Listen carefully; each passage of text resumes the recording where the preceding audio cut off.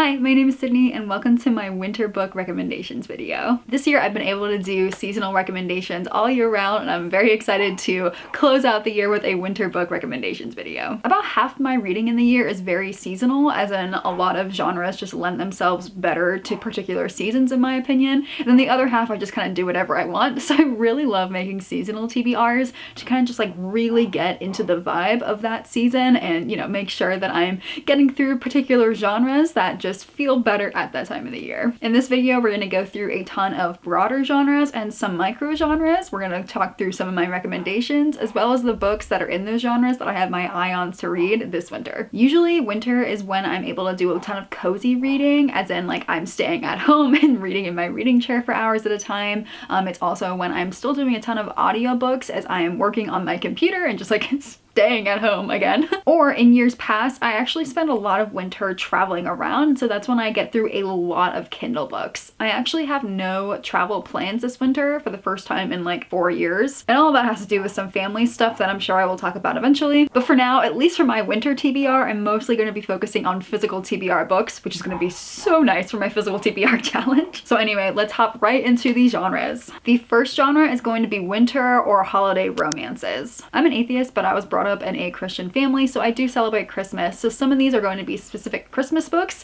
but then a lot of them are just going to be like wintry rom-coms. Most of these books are going to be contemporary, but some of them are going to be fantasy or like magical realism, that kind of thing. Potentially my favorite Christmas rom-com ever is The Most Wonderful Crime of the Year by Ali Carter. She's been one of my favorite authors my whole life. It's very, very short. It's, I think, her first foray into the adult rom-com world after writing a ton of YA for a long time, but this one is essentially if Knives Out meets a Christmas Hallmark movie. These two are rival mystery writers and they both get invited to this world's Agatha Christie. They end up spending the time leading up to Christmas in this lady's house along with her remaining family, and when this Agatha Christie goes missing, suddenly everyone is a suspect except for each other, and so they have to very reluctantly try to figure out what happened to her. This has all of the classic Ali Carter-ness that I just absolutely love in books. It is hilarious, it is fast-paced, the banter is so good. They're very highly competent people in their own fields as they are going out there. You just love the female main character, you just fall in love with the male main character, and just altogether, I cannot wait to reread this year. It came out last year, and I am going to reread it this year. Next is I think my second favorite winter rom-com, which is Love Light Farm by B.K. Borison. This is the first in her Love Light Farm series, and it's one of my favorite contemporary romance series ever. Each of the 4 books in that series is dedicated to a season, and this first book is dedicated to winter and the Christmas holidays. It's less Christmassy than like wintry, but it still gives that kind of vibe. These two best friends of 10 years agree to fake date so that she can win a social media contest to help give money to her Christmas tree farm that she just bought. It becomes very obvious very quickly though that these two friends have way more feelings for each other than either of them recognize in each other. It's so sweet, it's so wholesome, and it's a great start to this whole series. Next are 2 novellas by Ali Hazelwood. First is Cruel Winter with You. It is a snowed in best friend's brother, second chance, the one that got away, he's a tech billionaire kind of book. It is so short, it's so quick.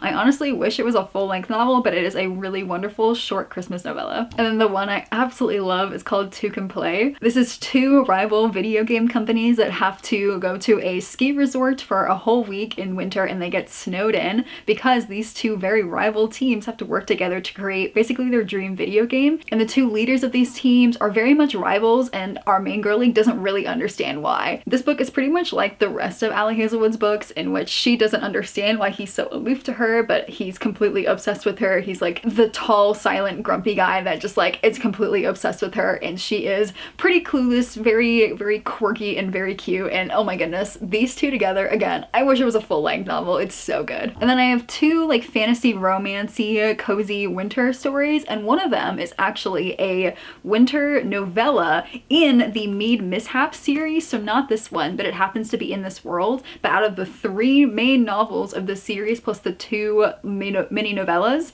this novella that I'm talking about, Mistletoe, is my favorite out of all 5 by far. A blacksmith has had a curse put upon all of his metal wares, to which the swords and stuff are talking and not in very good ways. And so his daughter decides to go into the forest to try to beg to have the curse broken. And who does she find but the kind of fox demon that has put the curse upon him? And he decides, hey, you're gonna pretend to be my mate at this 1 week long kind of like everyone get together thing, in which like if I show that I have a mate, then they'll take me seriously and like give me a grant to own this territory, so you're gonna go with me. And she says, okay, sounds fun. And this book is so funny. He very quickly becomes quite obsessed with her, and the whole time she's like, yeah, might as well. It's so real, it's so realistic, and it's really spicy in a really good way. And secondly, hear me out, I'm genuinely serious when I recommend Ice Planet Barbarians. I read this for the first time maybe 2 years ago. I listened to it on audiobook. I finished the audiobook in 2 hours while I was driving, and I was laughing the entire time. Like genuinely the entire time. Before I knew it, I was like 75 books deep, and that is not an exaggeration. I have been reading through all of Ruby Dixon's books for a long time now. I haven't read one in a little while, but I am genuinely still really in love with this series. They're super spicy, they're super wholesome, they're very, very wintry because this group of human women have been captured by aliens with the intent to sell into like alien slavery, but they end up crash landing on this ice planet where they have a race of aliens whose females have been dying out, and so they treat these women accordingly, that they have literally saved their species and given them life and purpose. And so each of these aliens treats his woman like a literal goddess. And it is so refreshing in books because there, you know, there's no societal need to push back. They are not pretending anything, they are not holding back, they give their all. The world gets bigger with every book too. There's a lot. I don't like children, I made that very clear. There's a lot of children later on, but honestly in this world I'm okay with it. Also very spicy. In this category I have 3 books on my physical TBR that I would love to get to this winter. Number 1 is obviously going to be Good Spirits by B.K. Borison. This is her first in a completely new series. He's the ghost of Christmas past, she's not exactly Scrooge. I also have this really short one, All I Want Is You. Exes, professional rivals, just one bed, what could go wrong? And the 12 Dates of Christmas, in which she lives in England and she signs up for a dating service that promises her love before Christmas, so she goes on 12 dates in 12 days. I am rapidly losing the sun, but that's okay. The other books that I have on my radar are The Christmas You Found Me, Secret Nights and Northern Lights, How the Grump Saved Christmas, Alphemies to Lovers, One Big Happy Family, Most Wonderful, The Cuffing Game, The Wedding Witch, The Christmas Countdown, and Make the Season Bright. Our next category is fantasy, and I read fantasy year round, but there's just something about the colder months that just really makes it perfect for fantasy. If you haven't already watched my fall recommendations video, I'm going to blanket say that literally everything that I said in the fantasy category for that video, particularly the dark and gothic books, as well as the cozy books, as well as just the normal fantasy books, are all going to also apply for winter. So definitely check that video out if you haven't seen it yet. In this video, I'm going to try to give you a few new recommendations that aren't in that one. In that video, I did talk about Naomi Novik's work because it just really lends well to fall, but she has one book in particular, Spinning Silver, that is just perfect for winter.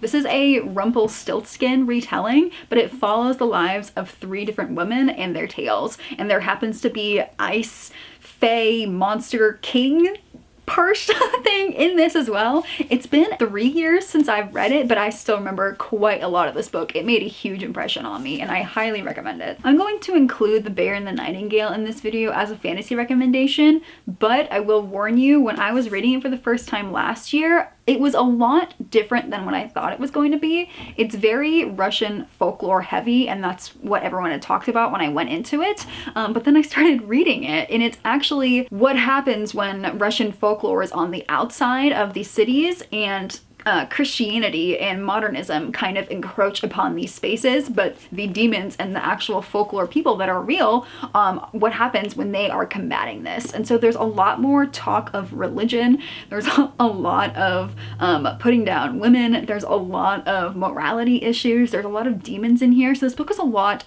darker and more religious trauma-y than I was expecting. So if that still intrigues you, this was a really interesting read. It is also the first book in a trilogy. I have no clue what happens in the other 2, and I'm wondering if I will continue. I'm still a maybe on that. We've also definitely have to talk about A Winter's Promise. This is a quartet. I've read 3 of the books, and for some reason I never got around to the 4th, but this is one of those series that you kind of have to read them back to back to back because there's just so much going on that you don't really stand a chance at remembering all of the details and all of the craziness of these worlds. So it's been too long. I'm gonna have to reread the series. This was originally in French, and so it has been translated, and this world is crazy and wacky and wonderful, and it is a slow burn romance that I remember putting me in such a rage in the beginning of this book. Essentially, our main girlie is, I don't know if she's in a full-time winter world or just happens to be winter, but she's kind of betrothed off to this very standoffish, potentially dangerous guy, but he's like an accountant or something, like really boring. And so there's just a whole world of really weird things happening, and there's a lot of magic in here. I remember she has like a magical scarf that has a mind of its own. It's kind of like the world of Caraval and that whole kind of thing, but in like a French fantasy in which things are going wrong. Like, I can't even give you a better description than that. Like, it's one of those books that you've got to read it, and I'm so mad at myself that I never finished the series, so I think I might be rereading it. If you're into YA fantasy, I really recommend Frostblood. I don't know what it was. I read this book maybe 5 or 7 years ago, and I ended up like binging the trilogy, and it just completely took over my life for like an entire week. I just tried to blurb this, but I didn't do a very good job, so I'm gonna read you the back. 17-year-old Ruby is a fireblood who has concealed her powers of heat and flame from the cruel Frostblood ruling class her entire life. But when her mother is killed trying to protect her, and rebel Frostbloods demand her help to overthrow their bloodthirsty king, she agrees to come out of hiding, desperate for revenge. Despite her unpredictable abilities, Ruby trains with the rebels and the infuriating yet irresistible Argus, who seems to think of her as nothing more than a weapon. But before they can take action, Ruby is captured and forced to compete in the King's tournaments that pit Fireblood prisoners against Frostblood champions. Now she has only one chance to destroy the maniacal ruler who has taken everything from her, and from the icy young man she has come to love. I'm giddy thinking about it. It also becomes a love triangle in book 2. Whew. This was a time. This was a time. Winter also just feels like the right time to read The Invisible Life of Addie LaRue. This is what happens when a young girl, and I think 16th century France, makes a bargain with the devil to be able to live forever. But the curse is that no one can remember her. This is told across her decades and decades of life until she gets to the modern day and she stumbles across a guy who does remember her. I think winter is also a really nice time to read This Is How You Lose the Time War. I can definitely see you just sitting down next to a fire or next to some cozy ambiance and getting through this book in one sitting because it is so bingeable. This is what happens when two factions in the future go back in time trying to change past events to lead to their faction's ruling class. One of them is a very natural, organic, people kind of minded society, and the other one is technologically advanced, very tech-minded. And this is what happens when these two warriors that are going out and trying to fix the world fall in love over messaging each other. What no one warned me about though was that it's actually sometimes very graphic in the way that they share their messages, because it's not like leaving each other letters. It's like when you drink the blood of this bird, you just like understand the message. It can get really weird, but it is a really interesting tale.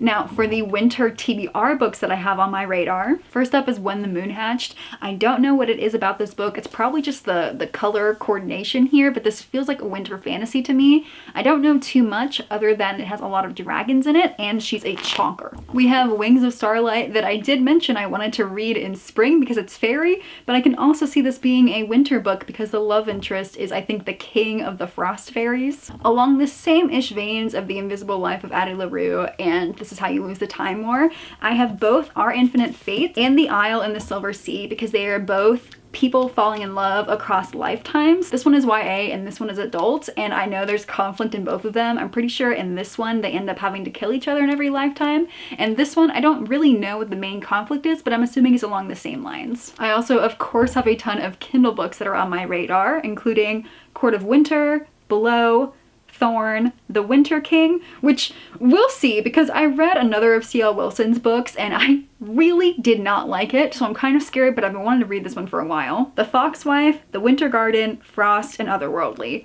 Obviously, mostly because of the covers, they are all very wintry to me.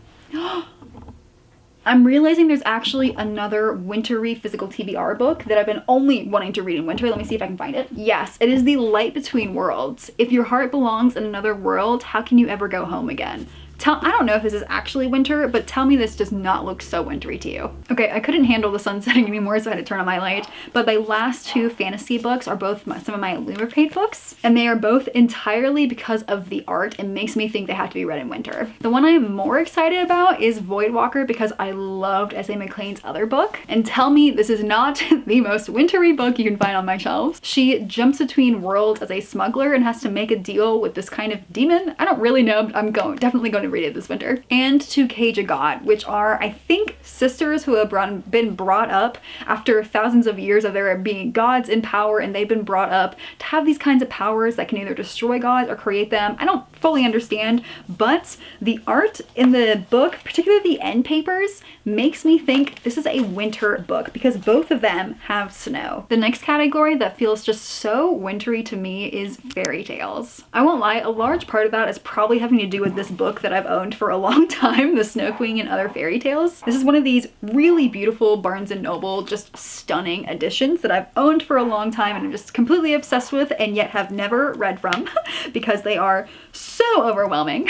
Here is my Grimm's Fairy Tale edition that is a very similar vein, but I really do think of fairy tales in a wintry sense because this is when I imagine people are sitting around sharing these tales and how they were told orally over time across fires while winter storms were raging outside. So there's just something very innately wintry and cozy about fairy tales to me. Now, I would love to take a crack at reading some of these tales this winter.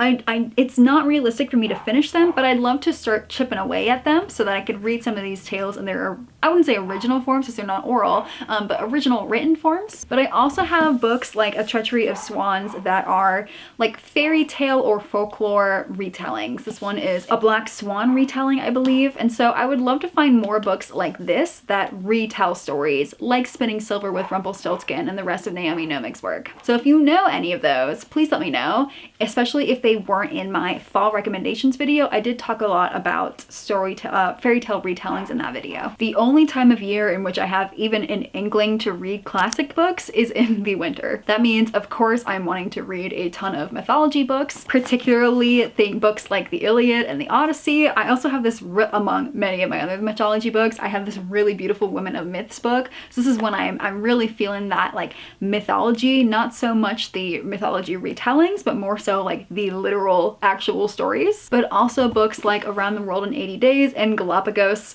I don't know where my copy went, but I definitely have it somewhere in here. I also distinctly remember reading The Mysterious Island and being like, wow, if I'm ever stuck on a island somewhere, I want this book with me because it is a literal step-by-step manual of how to survive and thrive.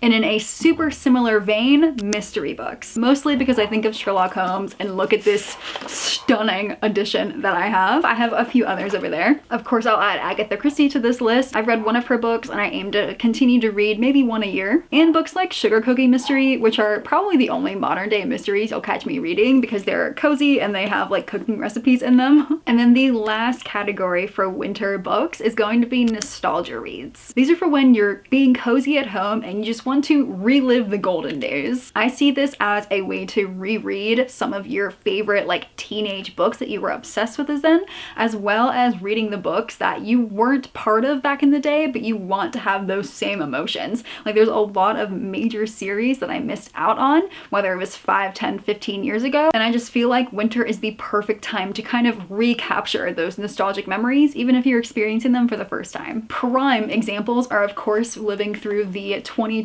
dystopian era with The Hunger Games, Divergent, Maze Runner, that kind of era. Particularly if you're like me and you read the original trilogy or whatever, and you never went back and read the next novels or the companion novels that came out afterwards. I've never read any of these, and yet I refuse to read them until I reread the original books. So this is definitely just recapturing the original spirit of the time. Also includes childhood books like the Warrior Cat series. I was so obsessed with these as a kid. Physically can't go a recommendations video without including Graceling in there. Or Percy Jackson and the Olympians. I am rereading these this winter in preparation for season 2 of the TV show to come out. If you're into YA books, cannot recommend the Galaxy Gallagher Girls series enough, Teenage Spy School, and now some OG book series that I've never read for one reason or another, whether from high school or just from 5 years ago. The Red Queen series, the Cool Prince series, the Shadow and Bone trilogy followed by the Six of Crows duology, all the books from Blood and Ash. I've never read the Aragon series, and the one I'm desperately wanting to get to so I can just understand the fandom and the nostalgia would be the entirety of the City of Bones series. I've never read a single Cassandra Clare book, and I would love to change that. And those are going to be my winter book recommendations. Please let me know in the comments below if you've read any of these, if you have any genres or books that you love to read in the winter. Let me know if any of these genres that I said or any of these books really stick out to you. I would love to hear it. Also, let me know if you read more during the winter or more during the summer, whether being inside and all cozy helps you read, or if you just like get too stagnant and need to move around. Also, most particularly, I want to know what your nostalgia reads are, what you would want to reread nowadays, or something that you just really loved as a teenager or a young adult. Let me know. All right, thank you so much for watching, and I will see you in the next video.